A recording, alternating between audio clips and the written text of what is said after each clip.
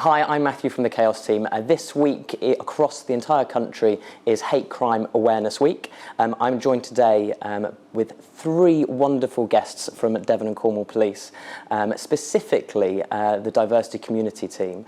We have Sarah Treby, Simon Stone and Flo Lynn Scott. Thank you so much for joining us today. Tell us a little bit about your roles in Devon and Cornwall Police and also a little bit about the diversity communities team. Okay, thank you, Matthew. So I'm the sergeant for the Diverse Communities team. I'm based down in West Cornwall, albeit we cover the whole of Cornwall.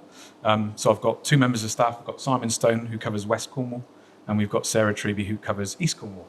So on a daily basis, we'll come onto duty and we will check and review every hate crime that's come in the last 24 hours. And if it's on a Monday, that'll be the whole weekend as well. So we'll go through each of those crime reports, and we also look at our logs as well, because there are some incidents that don't meet the criminal threshold, and we'll explain that later on. But we look at those as well, just so we can offer our colleagues in the various investigation teams and on response some support and give them advice as to how to best support the needs of the victims and make sure the investigation's going ahead properly. And we also offer bespoke support services that we can signpost our victims to. So yeah, that's what we do on a daily basis. And Simon?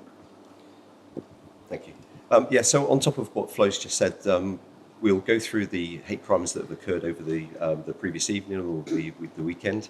Part of our role within that is to quality assure those crimes and the investigations into those crimes, so we make sure that they're actually crimed in the right manner, that they are actually hate crimes. And then once we're satisfied that that's the case, we will then advise officers around how to perhaps help support those victims of crime and witnesses that have perceived the hate crimes that have occurred. They'll then be entered onto a spreadsheet, we call it the hate crime matrix, and that just gives us easy access to go through and look at past crimes, identify trends and identify repeat victims and repeat witnesses and offenders. Thank you, Simon. And Sarah? In addition to all that, we link in with various community groups and support them and their members. We discuss what hate crime is to those groups. We try and partake in events just to let people know that we're out there and encourage people to report hate crime, because it's so important that they do. As you know, obviously you guys know better than everyone, it's Hate Crime Awareness Week. What does that mean for the diversity communities team? It's again enhancing the work that we normally do, reaching out to as many people as we can to make them aware of hate crime, what it is, and the fact that we really need help, because we need to know about them. We need to know that what's happening so that we can put the right strategies in place to support that victim and to perhaps some preventative work in the future moving forward. And kind of thinking from for people viewing today, and so we're all well informed, what is a hate crime? So a hate crime is something that's happened to somebody or is perceived that has happened due to a prejudice against their protected characteristic. So we are mandated to investigate and record hate crimes regarding race, religion, disability, gender, and I've just left one off. Sexual orientation, sorry. Only 5 of them. It's early in the morning. No, thank you. And actually, kind of, we're talking about hate crimes and hate incidences. Can either Simon or Flo kind of take us through what's the difference between a hate crime and a hate incident? Okay, so a hate crime, clearly, as the name suggests, there has to be a crime committed. So that could be anything from a theft to an assault or a criminal damage. And the hate element of that particular crime is the perception of the victim or the witness or any other third party that crime has been motivated because of a hatred towards the protected characteristics, as we said, that race, religion, etc. A hate incident is just something that's occurred that perhaps someone is not happy with, that doesn't meet a crime threshold, but someone perceives that incident has taken place because of, again, hatred or that's motivated towards a particular characteristic. So an example of that could be a post on Facebook where it's not aimed at an individual, it's actually aimed it's just perhaps just a post that says something that, if you're from a particular characteristic, you think, actually, I find that quite offensive. It's not aimed at you. It's not aimed at your group necessarily, but you find it offensive enough that actually I think I'd like to get that reported and have that recorded somewhere. What we'll do then is we'll record that on our systems as a hate incident as opposed to a hate crime. And thinking about, again, for anyone, when a victim has felt like they have been a victim of a hate crime or a hate incident, how do they report it? What's the mechanisms that they can get that information to you? Yeah, so there's several. There's the traditional method of walking into a police station and reporting that to the front desk. Now, as we know, certainly within Cornwall, less and less police stations are open now to the public. And so what we encourage is that reporting either through the telephone system, 111, rather than the 999, unless obviously it requires an absolute emergency response to that.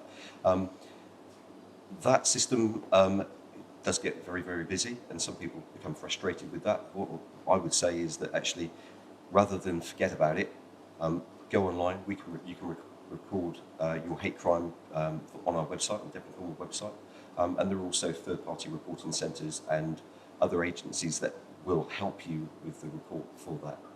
Is there anything you want to add to that? Yeah, as you know, Matthew, I've recently created a QR code, in which during Hate Crime Awareness Week, we'll circulate to everyone we possibly can. And that method, when scanned with a smartphone, will take you directly to our reporting website, Devon and Cornwall Police website.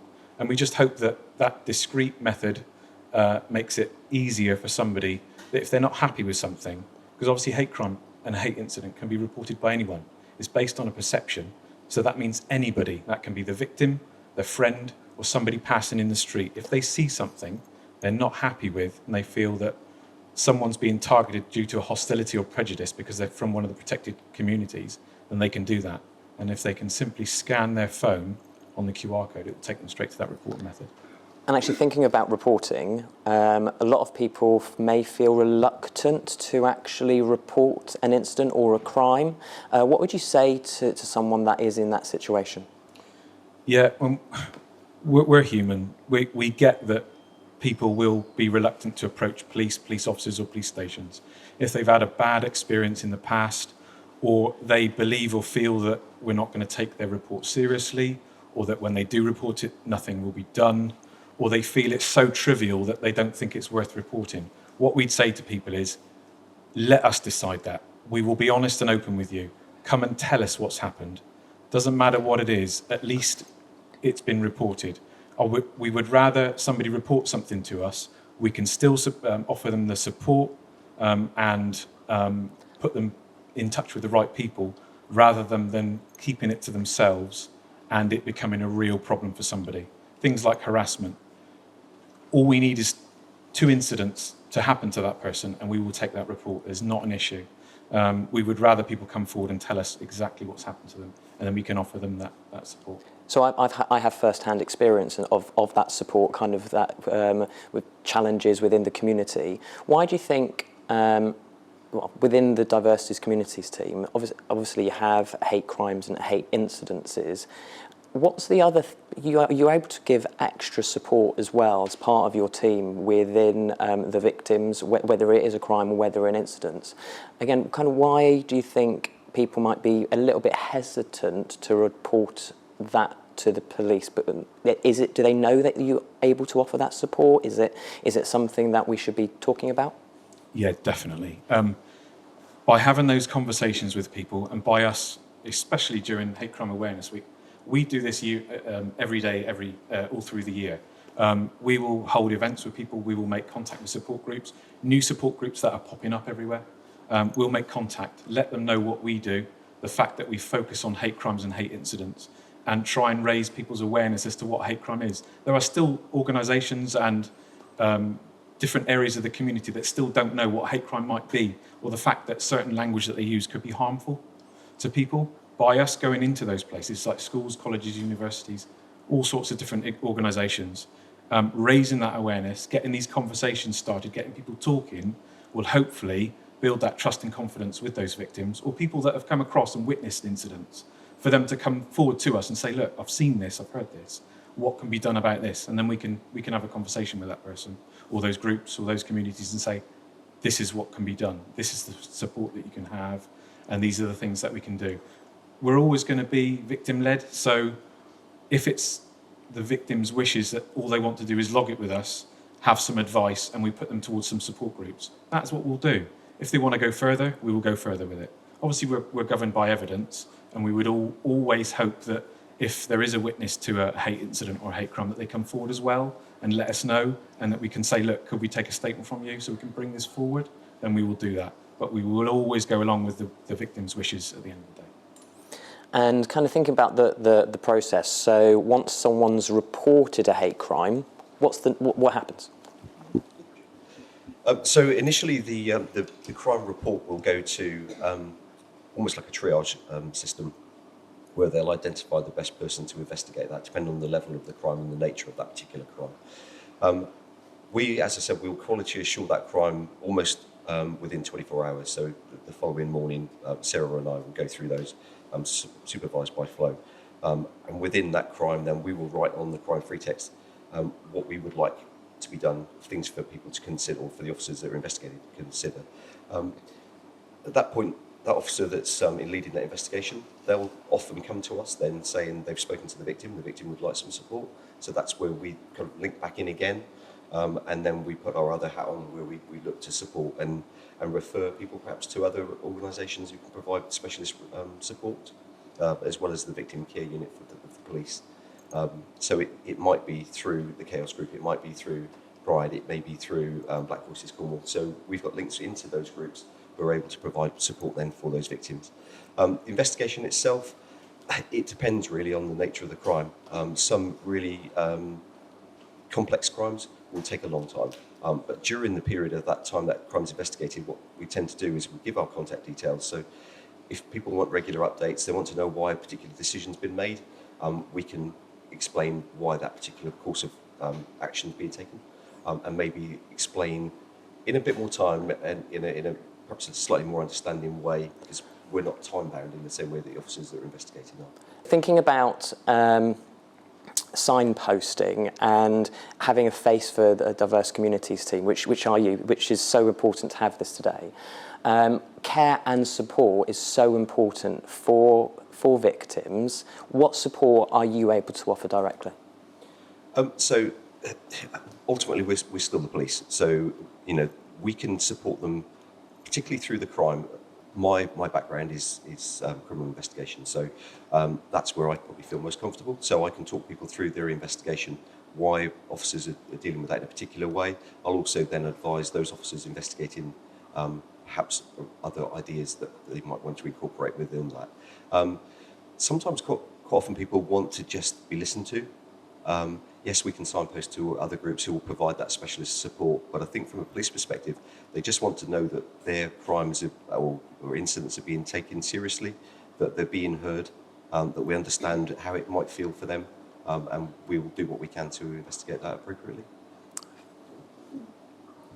I think for some people, just knowing that there's somebody on the end of the phone that can give them the time, that can listen and actually just listen to what they have to say, even if they just sit there and cry, is probably the first time a lot of them have felt comfortable being able to. It's like taking the top off a champagne cork, it all flows out. So giving them the time to let that come out at their own pace and just see what they need, and then ask them what their needs are and try and help find the right solutions for them.